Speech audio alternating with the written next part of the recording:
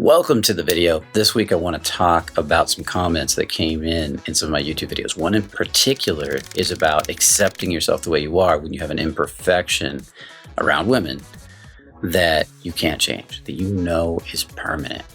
And so let's dive into that comment. And then another comment I want to talk about today is somebody who wrote in and said, you got to be 6'2", have tons of money, you got to be perfect to get women. And that's the way to get women, because women are users and manipulators, and they're going to control you. They're going to take advantage of you. So just screw all this stuff and just give up. That's kind of his attitude. Or in some cases, some men are like, screw all this stuff and just use women for sex and move on. And I get these comments a lot from people. They think their imperfections define them. They are convinced their imperfection is the worst imperfection that anybody could ever have. Like in your case, I want to ask you, what are your imperfections? Today, I'm going to list some of the stuff that I've gone through in my life that has really held me back, or I thought held me back, and then I got over. So what are your imperfections? In this case, this client, his imperfections were genital mutilation. He said he had a bad genital mutilation circumcision accident when he was around 13 years old. He got it apparently when he was later in life in Europe, and he doesn't know what to do about it. Now, he didn't comment on that affecting his sex life. He didn't comment on of slowing him down sexually. Just he had an accident of some type, and I don't know what it is. But what I want to bring up is that I have seen clients get good with women that you might technically think should not be something that you can get good with, is another way. In both of these cases, in both of these comments, one case we've got somebody with a deformity, let's say, and in the other case we got to get all women that want a man that's 6'2", has tons of money, and super successful. In both these cases, I've seen the opposite. I had a client, Eddie. He was 5'2". Now, a lot of people think that makes it impossible to get women. Not only was he 5'2", he was chubby. He was losing his hair. He didn't have a lot of money. He was okay with money, but he wouldn't have a lot of money. And if you guys know the story of Eddie, he killed it with women. Matter of fact, he got married. He has a beautiful wife. She's a lot taller than him. Eddie got so confident, so ridiculously confident around women, and I'm going to explain why that confidence was there, that he began to think in terms of, wow, I really love it when I have to stand on a stool to kiss a woman. It is so much fun. He didn't care what they thought of him. They laughed at him. He laughed with them. I also had a friend, Carlos, the same way. He was also shorter, chubby. He would do the same thing. He'd pat his own belly and go, why do you want this? Look at this baby, it's huge. And he'd laugh, and he would laugh at himself, and this caused the women to actually like him more. They got attracted to him. Same thing with Eddie. And if we look at these guys, we begin to realize that in all of these cases, they started, in the case of height for both of them and chubbiness for both of them, they began to own their insecurities. They began to own the thing that was wrong with them. They began to laugh at themselves. They began to make fun of themselves. And in that process, women began to like them. Let's take another one, for example, and then I want to come back to my life. And another one is Sean Stevenson. He was 3 feet tall and in a wheelchair. And you can imagine his legs didn't work. He was in a wheelchair. He had to be picked up to be put on the bed. He tells this whole story once. And I met Sean at a birthday party and at a house party once. And it's true. He's very confident, just like my friend Eddie. And they own their insecurities. Now, Sean had to be picked up to be put on the bed. He talks about the first time he had a date where he brought a woman home and he was sitting in a wheelchair. And he thought to himself, I have to tell this woman to put me on the bed because I can't do it myself. I'm 35 pounds. I think he was 35 pounds. And maybe 35 or 45. And he said, with the most confident tone he could muster, put me on the bed to the woman, hoping it would work. And it did work. She picked him up. She put him on the bed. And he was shocked inside. He said he was going, woo, she picked me up. She put me on the bed. This is amazing. And he realized that all he had to do was be the most confident version of himself, and women liked him. He ended up marrying a woman named Mindy, a very attractive woman. And he was married for many years. He passed away, but he was married for many years. And if we continue on, we can find case after case after case of this, of men that didn't let their looks or their insecurities or their deformities define them. I have a client, Mike Honovitz. He's a dating coach now. He's had several strokes as a little boy. You probably all seen him out there in the dating coaching business, as he was one of my coaches for years. He was 5'7", I think, around there. He had a limp. He drug his left leg. His left arm is curled up a little bit. And he still got good with women, became a dating coach. He lived the party life of his dream. And he's only become more and more confident. Now, in all these cases, it was not an overnight success. They had to do the hard internal work of getting the insecurities out. In some cases, that took months. In other cases, that took a few years. But when they got there, the women began to really want to hang out with them. They began to really like them. And they began to really enjoy them. And there's just case after case after case of this. And if you keep running around saying, well, I've got this one thing that's super unique and no women will like this. Well, I've got somebody who is the opposite of that, whether they're short, whether they're heavy set, or whether they've got a deformity like Mike does. I had a client, let's go with age, and age is another big one. I had a client, Sam. I've also interviewed him on this channel. He was a coach of mine. In his 60s, he became a dating coach, and he killed it with women. He was doing really good. He was actually dating a girl in her 20s when he was in his 60s, dated her for years, might still be dating her, I don't know. And now he's a recording artist. He travels to Nashville to sing songs on a regular basis, living the best life he's ever lived. And I love thinking about him as I get older. That guy was out there approaching women on the street in his 60s, and it seemed natural. No woman said he was a creep or too old, because he has this young, vibrant vibe about him, this life force about him. That's why I had him become a coach for us for a while. He really wanted to do it. So again, I can go on for days with this stuff, and we can talk about it for days. But the truth is that if you have a certain belief and you really believe it, you will see it in the world. There's something called the RAS, the reticular activating system. The reticular activating system sorts for what we are looking for in the world. So in the case of this client who said you got to be 6'2", have a lot of money, be perfect in every way, and then women will be drawn to you. That's all they want. In his case, his RAS is sorting for these types of women. Of course, you're going to find YouTube videos on this topic, and those videos are going to be all about how women want to manipulate and control you. You're going to see women all over social media using their looks to get attention, because the women that aren't like that are not going to be using their social media to get looks. The women that aren't like that aren't going to be in your orbit, because your RAS is always going to sort them out. Your RAS is going to be sorting for the thing, the reticular activating system, that most matches your reality of the world. And when it finds it, it's going to use it to validate your perspective. And then it's also going to write off anybody that doesn't match that perspective. It's going to either tune them out so you don't see them at all, or it's going to make up some type of story, project something onto them that tells you they don't like you. So for example, if you've got a deformity and you're convinced women don't like men with deformities, of course that's what you're going to see in the world. You're going to sort for those women that match that vibration. I used to see this a lot as a dating coach when I first started out. I'd get guys that were nervous and scared and anxious, convinced that women didn't like them. And they would say stuff like, nah, I don't really want to approach women. Maybe they'll just say hi to 2 or 3 women.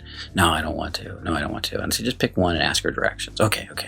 And he would walk down the street, and in every case, they don't know they're doing this. They would pass up every open, friendly woman that I could see from their body language and pick the most closed woman and approach her and say, see, women are mean, women are bitches. Their RAS sorted for a woman that was closed. Think about it. It makes a lot of sense. That woman is going to give you exactly what you expect, and the interaction is going to be over quick because you're terrified of the interaction. The pain-pleasure principle in the body is going to get you rejected so you can get out of the interaction, because that's deep down inside, that's what you want to experience. You want to get out of it. You see, success in that case would mean a longer conversation, potential for getting a date, potential for getting rejected more later. So until your belief systems start to change, as your belief systems start to change, a better way to put it, you'll start seeing a different type of woman out there. You'll start seeing different possibilities out there. As you start to believe that women are friendly, you'll find more friendly women. They'll start to show up in your reticular activating system in your field. You'll start to behave differently. Your subcommunication will change. Your heart will be more open, and that'll pull women in. Now, I want to address one thing about this that's very important about you've got to be perfect to get women.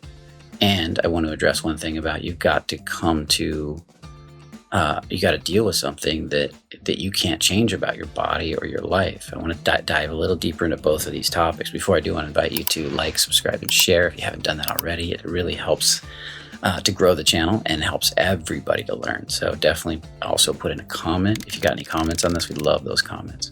Those comments get everybody talking, and that also helps everybody to learn. Now let's dive in a little bit deeper. This idea that you have to be perfect. You have to be perfect looking. Let's dive into that one first. So there's this idea that you have to be perfect looking. And where do guys get that from? Well, a big part of it is from women. In Tinder, yeah, women are going to sort for the guys that have the best pictures, the best looks. We do it too. And if you don't have a killer profile, you're probably going to be sorted out because they do have a lot of options. So getting really, really good photos with really solid expressions, having a good life is an art form. It's more work for us. You've got to come to acceptance of that. Okay. And if you do that, I've even seen guys that are average looking do a little work, a little effort like women do. They pose themselves just perfectly to hide their weight. They pose themselves perfectly to get the perfect facial angle. You're going to get more likes.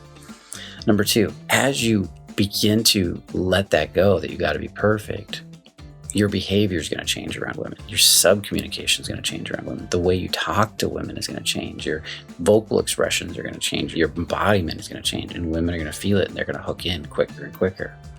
You see, women will say, I want a guy that's 6'2", chiseled abs, perfect looking on average. That's very common. It's called being human.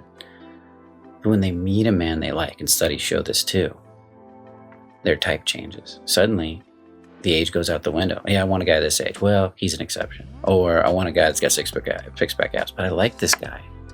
They respond. They're very emotional beings, especially if they're in their feminine. They respond to how they feel. So they have this idealized type for sure, just like we do. We want this perfect, like I want that girl with that tight ass. I want that girl with the perfect size tits. But in the end, when you like somebody, you like somebody. And if you become a guy that's really, really likable, that's really attractive in the way he's being, the way he's walking, the talking, carrying himself, yeah, bathe, take care of yourself, dress nice. But if you become that, you're going to attract women. And the more women you talk to from that open perspective, the more women are going to show up in your life. But even more important, the more you believe women will show up in your life. Your RAS will sort for women that will show up in your life. You're going to start to meet them. Number two, if you got something about yourself you can't change, like my client Mike, who had the deformity. You know, he had 2 strokes or something, 2 or 3, I can't remember now. And he couldn't, you know, he got his arm tight on this side, he's got the limp, and he's learned to own it, and he's become a dating coach. Or in the case of Sean Stevenson, he was 3 feet tall in a wheelchair. If you have something like that you can't change about yourself, you only have 2 options. Well, really 1 option in that case, but there's normally only 2 options. Is either change it, do the work to change the thing. If you can do it, you can make a choice and say, I'm going to build muscle because I want to build muscle. I think it'll be more attractive. That will attract women faster. If you got all the muscle and you're athletic and you're ripped, that'll attract women faster. You still got to deal with your personality though. Change it. But if you don't want to change it, and it doesn't seem like an option to you, or it's not an option to you, you've got to come to full acceptance of who you are. You got to look at yourself in the mirror and love yourself just the way you are, because that's the only way you're going to get the women to love you, right? I mean, I'm not saying a woman won't love you if you hate some part of yourself. There's always that woman out there that will say, no, I like you anyway. I've had women tell me certain things about me they like in spite of me being hard on myself. But in general, you've got to come to full acceptance. This is who I am. I'm this height. I'm 5'8", right? I'm 5'8". I'm this age. That's who I am. If I can fully accept and love myself the way I am, that's the point I'm trying to get to here. You're going to find plenty of women are going to like you too, love you too, get attracted to you too. Yeah, it may be a little harder to get them attracted from a distance, to walk up and say hi because you're not this 6'2" gorgeous male model. But once you do, your personality, your energy, your vibration takes over and pulls them in. And a lot of these really good looking guys, they don't have the personality, the subcommunication, the body language to go with it. So let's say they attract a woman, they can't keep them. They can't keep them around. They can't keep them talking sometimes. I had one friend who was gorgeous and I loved hanging out with him because he couldn't talk very well. He was kind of dorky and the women would all get attracted to me. He would lure them over and then they would get attracted to me. So what? the women still got attracted. They got attracted to who I was being, how I was flowing, how I was talking. So when you learn to fully accept who you are, yeah, I'm 3 feet tall and in a wheelchair. That's who I am. I'm not going to hide it. I have these deformities. That's who I am. I'm not going to hide it. Like my friend Mike, who used to go on Tinder a lot, and he was always trying to figure out how to tell the women he had several strokes. Sometimes he'd just show up on dates, and you have to deal with it. Other times he'd tell them ahead of time.